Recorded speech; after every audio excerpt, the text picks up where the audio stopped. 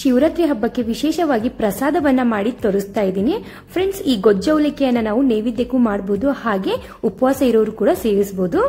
Hi friends, welcome to GNS home cooking. Friends, ಇವತ್ತು ನಾನು ನಿಮಗೆ ಇಲ್ಲಿ ಶಿವರಾತ್ರಿ ಹಬ್ಬದ ವಿಶೇಷವಾಗಿ ಗೊಜ್ಜು ಅವಲಕ್ಕಿಯನ್ನು ಮಾಡಿ ತೋರಿಸ್ತಾ ಇದ್ದೀನಿ. ಫ್ರೆಂಡ್ಸ್, ಇದನ್ನು ನೀವು ದೇವರಿಗೆ ನೈವೇದ್ಯಕ್ಕೆ ಕೂಡ ಇಡಬಹುದು, ಹಾಗೆ ಉಪವಾಸ ಇದ್ದರೆ ಇದನ್ನು ತಿನ್ಕೊಳ್ಳಬಹುದು. ಸೊ ಇದನ್ನು ನೀವು ಈ ಹಬ್ಬಕ್ಕಷ್ಟೇ ಮಾಡಬೇಕಂತೇನಿಲ್ಲ, ನೀವು ಯಾವಾಗ ಬೇಕಾದರೂ ಇದನ್ನು ಮಾಡಬಹುದು. ಮಕ್ಕಳಿಗೆ ಟಿಫಿನ್ ಬಾಕ್ಸ್ ಕೂಡ ನೀವು ಇದನ್ನು ಕಟ್ಟಬಹುದು, ತುಂಬಾ ಈಸಿಯಾಗಿದ್ದು ಆಗುತ್ತೆ. ಹಾಗೆ ನೀವು ಈ ಮಸಾಲೆಯನ್ನು ಒಂದ್ಸತಿ ರೆಡಿ ಮಾಡಿಬಿಟ್ಟು ಫ್ರಿಡ್ಜಲ್ಲಿ ಸ್ಟೋರ್ ಮಾಡಿ ಕೂಡ ಇಡಬಹುದು. 15 ದಿನದವರೆಗೂ ಇದು ಕೂಡ ಕೆಡುವುದಿಲ್ಲ. 15 ದಿನವರೆಗೂ ಕೂಡ ನೀವು ಇದನ್ನು ಸ್ಟೋರ್ ಮಾಡಿ ನಿಮ್ಗೆ ಯಾವಾಗ ಬೇಕಲ್ಲ ಆವಾಗ ನೀವು ಒಂದು ಸ್ವಲ್ಪ ಒಗ್ಗರಣೆಯನ್ನು ತಗೊಂಡ್ಬಿಟ್ಟು ಅನ್ನ ಅಥವಾ ಅವಲಕ್ಕಿಯನ್ನು ಮಿಕ್ಸ್ ಮಾಡಿ ಮಕ್ಕಳಿಗೆ ಟಿಫಿನ್ ಬಾಕ್ಸ್ ಕೂಡ ಕಟ್ಟಬಹುದು. ಹಾಗೆ ನಿಮಗೆ ಇಷ್ಟ ಆದರೂ ಕೂಡ ಒಂದು ಕಮೆಂಟನ್ನು ಹಾಕಿ, ಇಷ್ಟ ಆಗಲಿಲ್ಲ ಅಂದ್ರೂ ಕೂಡ ಪ್ಲೀಸ್ ಒಂದು ಕಮೆಂಟನ್ನು ಹಾಕಿ ಫ್ರೆಂಡ್ಸ್. ನೀವು ಕಮೆಂಟ್ ಹಾಕೋದ್ರಿಂದ ನನಗೆ ನೆಕ್ಸ್ಟ್ ವಿಡಿಯೋ ಮಾಡಬೇಕು ಅನ್ನೋದೊಂದು ಆಸೆ ಉಂಟಾಗುತ್ತೆ. ಅದಕ್ಕೋಸ್ಕರ ಈ ಚಿಕ್ಕದಾಗಿರುವಂಥ ಒಂದು ಯೂಟ್ಯೂಬರ್ಗೆ ನೀವು ಪ್ಲೀಸ್ ಹೆಲ್ಪ್ ಮಾಡ್ದಂಗಾಗುತ್ತೆ. ಒಂದು ಕಮೆಂಟನ್ನು ಹಾಕಿ ಫ್ರೆಂಡ್ಸ್. ಹಾಗಿದ್ರೆ ತಡ ಮಾಡ್ತೀನಿ, ಈ ವಿಡಿಯೋನ ಪೂರ್ತಿ ನೋಡ್ಕೊಂಡು ಬರೋಣ ಬನ್ನಿ ಫ್ರೆಂಡ್ಸ್. ಮೊದಲಿಗೆ ನಾನಿಲ್ಲಿ ಹುಣಸೆ ಹಣ್ಣನ್ನ ತಗೊಂಡಿದ್ದೀನಿ. ಒಂದು ಲಿಂಬೆನ್ ಗಾತ್ರದಷ್ಟು ಹುಣಸೆನಿದೆ ಇದು. ಸೊ ಇದನ್ನ ಈಗ ನಾವು ಚೆನ್ನಾಗಿ ವಾಶ್ ಮಾಡ್ಕೋಬೇಕು. ವಾಶ್ ಮಾಡಿಕೊಂಡು ಈ ನೀರನ್ನ ಬಿಸಾಕಿ ನಂತರ ನಾವು ಮತ್ತೆ ಇದಕ್ಕೆ ನೀರನ್ನ ಹಾಕಿ ಇದನ್ನ ನೆನೆಯೋಕೆ ಬಿಡಬೇಕು ಫ್ರೆಂಡ್ಸ್.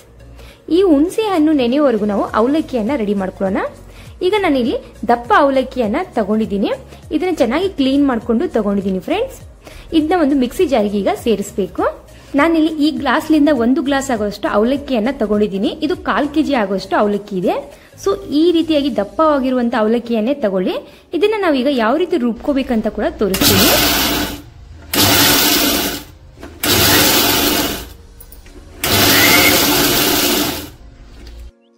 ಈ ರೀತಿಯಾಗಿ ಆಫ್ ಆನ್ ಮಾಡಿ ನಾವಿದನ್ನ ರುಬ್ಕೋಬೇಕು. ಒಂದ್ಸತಿ ಚೆನ್ನಾಗಿ ಮಿಕ್ಸ್ ಮಾಡಿಕೊಂಡು ಮತ್ತೆ ನಾನಿಲ್ಲಿ 1-2 ಸತಿ ಆಫ್ ಆನ್ ಮಾಡ್ತಾ ಇದ್ದೀನಿ ಫ್ರೆಂಡ್ಸ್. ಇದು ಜಾಸ್ತಿ ತರಿತರಿಯಾಗಿ ಇರಬೇಕು, ಜಾಸ್ತಿ ನುಣ್ಣಗೆ ನಾವು ಇದನ್ನ ಮಾಡ್ಕೋಬಾರ್ದು. ನಂತರ ನಾನು ಒಂದು ಜರಡಿಯಲ್ಲಿ ಇದನ್ನ ಸೇರಿಸ್ತಾ ಇದ್ದೀನಿ. ಯಾಕಂದ್ರೆ ಜಾಸ್ತಿ ಪೌಡರ್ ಆಗಿರುತ್ತೆ ನೋಡಿ, ಅದನ್ನ ನಾವು ಸೈಡ್ಗೆ ಮಾಡ್ಕೋಬೇಕು. ಇಲ್ಲ ಅಂದ್ರೆ ನೀರಲ್ಲಿ ಹಾಕಿದ್ರೆ ಇದು ನೀರಲ್ಲಿ ವಾಶ್ ಮಾಡುವಾಗ ಹೋಗ್ಬಿಡುತ್ತೆ. ಅದ್ರಗೋಸ್ಕರ ನಾವಿದನ್ನ ಪಕೋಡ ಎಲ್ಲ ಮಾಡುವಾಗ ಯೂಸ್ ಮಾಡ್ಕೋಬಹುದು. ನಂತರ ಇದಕ್ಕೆ ನಾನು ನೀರನ್ನ ಹಾಕ್ಬಿಟ್ಟು ಚೆನ್ನಾಗಿ 1-2 ಸತಿ ವಾಶ್ ಅನ್ನ ಮಾಡ್ಕೋತಾ ಇದ್ದೀನಿ ಫ್ರೆಂಡ್ಸ್. ಈ ರೀತಿ 2 ಸತಿ ವಾಶ್ ಮಾಡಿಕೊಂಡು ನಂತರ ಇದನ್ನ ಒಂದು ಜರಡಿಯಲ್ಲಿ ನಾವು ಸೇರಿಸ್ಕೋಬೇಕು. ಇದು ನೀರು ತಾನಾಗೆ ಸಪರೇಟ್ ಆಗಿ ಆಗತ್ತೆ. ಸೊ ನಾವು ಈ ರೀತಿ ಪ್ರೆಸ್ ಏನ್ ಮಾಡೋದು ಬೇಕಾಗೋದಿಲ್ಲ. ಚೆನ್ನಾಗಿ ಒಂದ್ಸತಿ ಮಿಕ್ಸ್ ಮಾಡಿಕೊಂಡು ಇದು ರೆಸ್ಟ್ ಮಾಡೋಕೆ ಬಿಡೋಣ. ಈಗ ತುಂಬಾನೇ ಟೇಸ್ಟಿಯಾಗಿ ಆಗುತ್ತೆ ಈ ಅವಲಕ್ಕಿ, ಮಾತ್ರ ಮಿಸ್ ಮಾಡ್ದೇನೆ ಮನೆಯಲ್ಲಿ ಟ್ರೈ ಮಾಡಿ. ನಂತರ ನಾನಿಲ್ಲಿ ಹುಣಸೆನ ಚೆನ್ನಾಗಿ ಮ್ಯಾಶ್ ಅನ್ನ ಮಾಡ್ಕೋತಾ ಇದ್ದೀನಿ. ಈ ರೀತಿ ಮಾಡ್ಕೊಂಡ್ಬಿಟ್ಟು ಅದರ ಸಿಪ್ಪೆಯನ್ನ ಸಪರೇಟ್ ಆಗಿ ಮಾಡ್ಕೋಬೇಕು. ಈಗ ನಾನಿಲ್ಲಿ ತಿಳಿಯಾಗಿರುವಂತ ನೀರನ್ನ ತಗೊಂಡಿದ್ದೀನಿ, ಸಿಪ್ಪೆಯನ್ನೆಲ್ಲ ಸಪರೇಟ್ ಆಗಿ ಮಾಡ್ಕೊಂಡಿದ್ದೀನಿ. ನಂತರ ಒಂದು ಬಾಣಲಿಯನ್ನ ಬಿಸಿ ಮಾಡೋಕೆ ಇಟ್ಟಿದ್ದೀನಿ ಫ್ರೆಂಡ್ಸ್. ಅದರಲ್ಲಿ 2 ಚಮಚದಷ್ಟು ಕರಿ ಎಳ್ಳನ್ನ ಸೇರಿಸ್ತಾ ಇದ್ದೀನಿ. ನೀವು ಬೇಕಂದ್ರೆ ಬಿಳಿ ಎಳ್ಳನ್ನು ಕೂಡ ಅದಕ್ಕೆ ಸೇರಿಸ್ಕೋಬಹುದು. ಸ್ವಲ್ಪನೇ ಇದಕ್ಕೆ 1-2 ಸ್ಪೂನ್ ಆಗುವಷ್ಟು ಕಡಲೆ ಬೀಜವನ್ನ ಸೇರಿಸ್ತಾ ಇದ್ದೀನಿ. ಇದನ್ನ ಸ್ವಲ್ಪ ಫ್ರೈ ಮಾಡ್ಕೋಬೇಕು. ಕಡಲೆ ಬೀಜ ಹಾಕೋದ್ರಿಂದ ಫ್ಲೇವರು ಸಖತ್ತಾಗಿ ಬಾಯಲ್ಲಿ ಬರುತ್ತೆ. ನಂತರ ನಲ್ಲಿ ಸ್ವಲ್ಪ ಫ್ರೈ ಆದ ನಂತರ 4 ಚಮಚದಷ್ಟು ಒಣ ಕೊಬ್ಬರಿ ತುರಿಯನ್ನ ಸೇರಿಸ್ತಾ ಇದ್ದೀನಿ. ನಾ ಹೇಳಿರುವ ರೀತಿಯಲ್ಲಿ ಪ್ರತಿಯೊಂದು ಪದಾರ್ಥವನ್ನ ಹಾಕಿ ಮಾಡಿ ನೋಡಿ ಫ್ರೆಂಡ್ಸ್, ತುಂಬಾನೇ ಟೇಸ್ಟಿಯಾಗಿ ಆಗುತ್ತೆ. ನಂತರ ಇದನ್ನ ಸ್ವಲ್ಪ ಫ್ರೈ ಅನ್ನ ಮಾಡಿಕೊಂಡು ಈಗ ಒಂದು ಮಿಕ್ಸಿ ಜಾರಲ್ಲಿ ಹಾಕಿ ತರಿಯಾಗಿ ಇದನ್ನ ರುಬ್ಕೋಬೇಕು. ನಂತರ ನಾನಿಲ್ಲಿ ಅದೇ ಪಾತ್ರೆಗೆ 1 ಚಮಚದಷ್ಟು ಎಣ್ಣೆಯನ್ನ ಸೇರಿಸ್ತಾ ಇದ್ದೀನಿ. ನೀವು ಬೇಕಂದ್ರೆ ಎಣ್ಣೆದ ಕ್ವಾಂಟಿಟಿ ಜಾಸ್ತಿ ಮಾಡ್ಕೋಬಹುದು. ಸ್ವಲ್ಪನೇ ಅರಿಶಿನ, ಸ್ವಲ್ಪನೇ ಅಚ್ಚ ಖಾರದ ಪುಡಿಯನ್ನ ಸೇರಿಸ್ತಾ ಇದ್ದೀನಿ. ನೀವು ಸ್ವಲ್ಪ ಜಾಸ್ತಿ ಖಾರ ತಿನ್ನೋರಾದ್ರೆ ಖಾರದ ಕ್ವಾಂಟಿಟಿಯನ್ನ ಜಾಸ್ತಿ ಕೂಡ ಮಾಡ್ಕೋಬಹುದು. ನಂತರ ನಾನು ಇದಕ್ಕೆ ಇಲ್ಲಿ ಹುಣಸಿನ ರಸವನ್ನ ಸೇರಿಸ್ತಾ ಇದ್ದೀನಿ. ನಂತರ ನಾನಿಲ್ಲಿ MTR ಸಾಂಬಾರ್ ಮಸಾಲಾ ಪೌಡರ್ ಅನ್ನ 2 ಚಮಚದಷ್ಟು ಸೇರಿಸ್ತಾ ಇದ್ದೀನಿ. ನಿಮ್ಮ ಹತ್ರ ಸಾಂಬಾರ್ ಮಸಾಲಾ ಪೌಡರ್ ಇಲ್ಲಪ್ಪ ಅಂದ್ರೆ ನೀವು ರಸಂ ಪೌಡರ್ ಕೂಡ ಅದಕ್ಕೆ ಸೇರಿಸ್ಕೋಬಹುದು. ರುಚಿಗೆ ತಕ್ಕಷ್ಟು ಉಪ್ಪನ್ನ ಕೂಡ ಇಲ್ಲಿ ಸೇರಿಸ್ತಾ ಇದ್ದೀನಿ. ನಂತರ ನಾವು ಹುಣಸೆ ಹಣ್ಣನ್ನ ಎಷ್ಟು ತಗೊಂಡಿರ್ತೀವಲ್ಲ ಅಷ್ಟೇ ಇಲ್ಲಿ ಬೆಲ್ಲವನ್ನ ಕೂಡ ಸೇರಿಸ್ಕೋಬೇಕು. ಇದು ಚೆನ್ನಾಗಿ ನಾವು ಗ್ಯಾಸ್ ಅನ್ನ ಲೋ ಫ್ಲೇಮ್ ಅಲ್ಲಿ ಇಟ್ಬಿಟ್ಟು ಕುಕ್ ಮಾಡ್ಕೋಬೇಕು ಫ್ರೆಂಡ್ಸ್. ಇದು ಯಾವ ರೀತಿ ನೀರಾಗಿದೆಯಲ್ಲ ಅದು ತುಂಬಾನೇ ಗಟ್ಟಿಯಾಗಿ ಆಗ್ಬೇಕು, ಒಂದು ಕ್ರೀಮ್ ರೀತಿಯಲ್ಲಿ ಇದು ಆಗ್ಬೇಕು. ಅಲ್ಲಿವರೆಗೂ ನಾವು ಇದನ್ನ ಕುಕ್ ಮಾಡ್ತಾನೆ ಇರಬೇಕು. ನೀವು ನೋಡ್ತಾ ಇರಬಹುದು ಎಷ್ಟು ಚೆನ್ನಾಗಿ ಇಲ್ಲಿ ಕ್ರೀಮ್ ಆಗಿ ಆಗಿದೆ ಅಂದ್ಬಿಟ್ಟು. ಸೊ ಸೈಡ್ಗೆಲ್ಲ ಲೈಟ್ ಆಗಿ ಎಣ್ಣೆ ಕೂಡ ಇಲ್ಲಿ ರಿಲೀಸ್ ಆಗ್ತಾ ಇದೆ. ಈ ರೀತಿ ಆದ್ರೆ ನಮ್ಗೆ ಇಲ್ಲಿ ರೆಡಿ ಆಯ್ತು ಮಸಾಲೆ ಅಂತ ಅರ್ಥ. ಸೊ ಅವಲಕ್ಕಿ ಕೂಡ ಇಲ್ಲಿ ನಾನು ಕೈಲಿಂದ ಈ ರೀತಿ ಒಡೆದ್ಬಿಟ್ಟು ಮೊದಲೇ ಇಟ್ಕೊಂಡಿದ್ದೆ.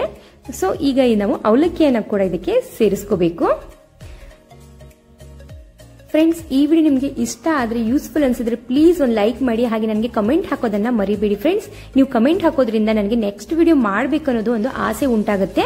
ನಿಮ್ಗೆ ಇಷ್ಟ ಆದ್ರೂ ಹಾಕಿ, ಇಷ್ಟ ಆಗ್ಲಿಲ್ಲ ಅಂದ್ರೂ ಕೂಡ ಹಾಕಿ ಫ್ರೆಂಡ್ಸ್. ನಂತರ ನಾನಿಲ್ಲಿ ಸ್ವಲ್ಪನೇ ಕೊತ್ತಂಬರಿ ಸೊಪ್ಪನ್ನ ಹಾಕ್ತಾ ಇದ್ದೀನಿ. ಎಳ್ಳು, ಕೊಬ್ಬರಿ ಮತ್ತೆ ಕಡಲೆ ಬೀಜವನ್ನ ರುಬ್ಬಿಟ್ಟು ಇಲ್ಲಿ ತರಿತರಿಯಾಗಿ ಸೇರಿಸ್ತಾ ಇದ್ದೀನಿ. ಎಲ್ಲವನ್ನ ಸೇರಿಸ್ಬಿಟ್ಟು ಚೆನ್ನಾಗಿ ನಾವು ಇದನ್ನ ಮಿಕ್ಸ್ ಮಾಡ್ಕೋಬೇಕು. ಈ ರೀತಿ ಮೇಲ್ಗಡೆ ಹಾಕೋದ್ರಿಂದ ತುಂಬಾ ಚೆನ್ನಾಗಿ ಫ್ಲೇವರ್ ಬರುತ್ತೆ ಈ ಅವಲಕ್ಕಿಯಲ್ಲಿ. ನೋಡ್ತಾ ಇರಬಹುದು ಎಷ್ಟು ಚೆನ್ನಾಗಿ ಕಾಣ್ತಾ ಇದೆ ಅಂದ್ಬಿಟ್ಟು. ನೀವು ಹಾಗೆ ಕೂಡ ಇದನ್ನ ತಿನ್ಕೋಬಹುದು. ಇನ್ನು ತುಂಬಾನೇ ಟೇಸ್ಟಿಯಾಗಿ ಮಾಡ್ಬೇಕಂದ್ರೆ ಒಗ್ಗರಣೆಯನ್ನ ನಾವು ಇದಕ್ಕೆ ಕೊಡಬೇಕಾಗತ್ತೆ. ನಾನಿಲ್ಲಿ 2 ಚಮಚದಷ್ಟು ಎಣ್ಣೆಯನ್ನ ಸೇರಿಸ್ತಾ ಇದ್ದೀನಿ. ಎಣ್ಣೆ ಕ್ವಾಂಟಿಟಿಯನ್ನ ನೀವು ಜಾಸ್ತಿ ಕಡಿಮೆ ಮಾಡ್ಕೋಬಹುದು. ಜೀರಿಗೆ ಮತ್ತು ಸಾಸಿವೆ, ನಂತರ ಕಡಲೆಬೇಳೆ, ಉದ್ದಿನಬೇಳೆ, ನಂತರ ಇಲ್ಲಿ ಚಿಟಿಕೆ ಆಗುವಷ್ಟು ಇಂಗನ ಇಲ್ಲಿ ಸೇರಿಸ್ತಾ ಇದ್ದೀನಿ. 1 ಮುಷ್ಟಿ ಆಗುವಷ್ಟು ಕಡಲೆ ಬೀಜವನ್ನ ಕೂಡ ಇಲ್ಲಿ ಸೇರಿಸ್ತಾ ಇದ್ದೀನಿ. 2 ಒಣ ಮೆಣಸಿನಕಾಯಿನ ಇಲ್ಲಿ ಸೇರಿಸ್ತಾ ಇದ್ದೀನಿ. 1 ಮುಷ್ಟಿ ಆಗುವಷ್ಟು ಕರ್ಬೇವಿನ ಸೊಪ್ಪನ್ನ ಇಲ್ಲಿ ಸೇರಿಸ್ತಾ ಇದ್ದೀನಿ. ಫ್ರೆಂಡ್ಸ್, ಕರ್ಬೇವಿನ ಸೊಪ್ಪು ತುಂಬಾ ಚೆನ್ನಾಗಿ ಅನಿಸುತ್ತೆ, ಜಾಸ್ತಿ ಕೂಡ ಹಾಕೋಬಹುದು.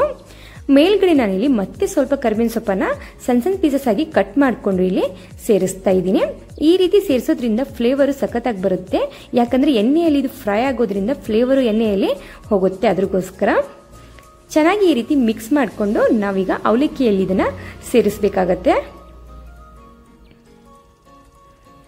ಫ್ರೆಂಡ್ಸ್, ಈಗ ನಾನಿಲ್ಲಿ ಗ್ಯಾಸನ್ನು ಆಫ್ ಮಾಡಿದ್ದೀನಿ.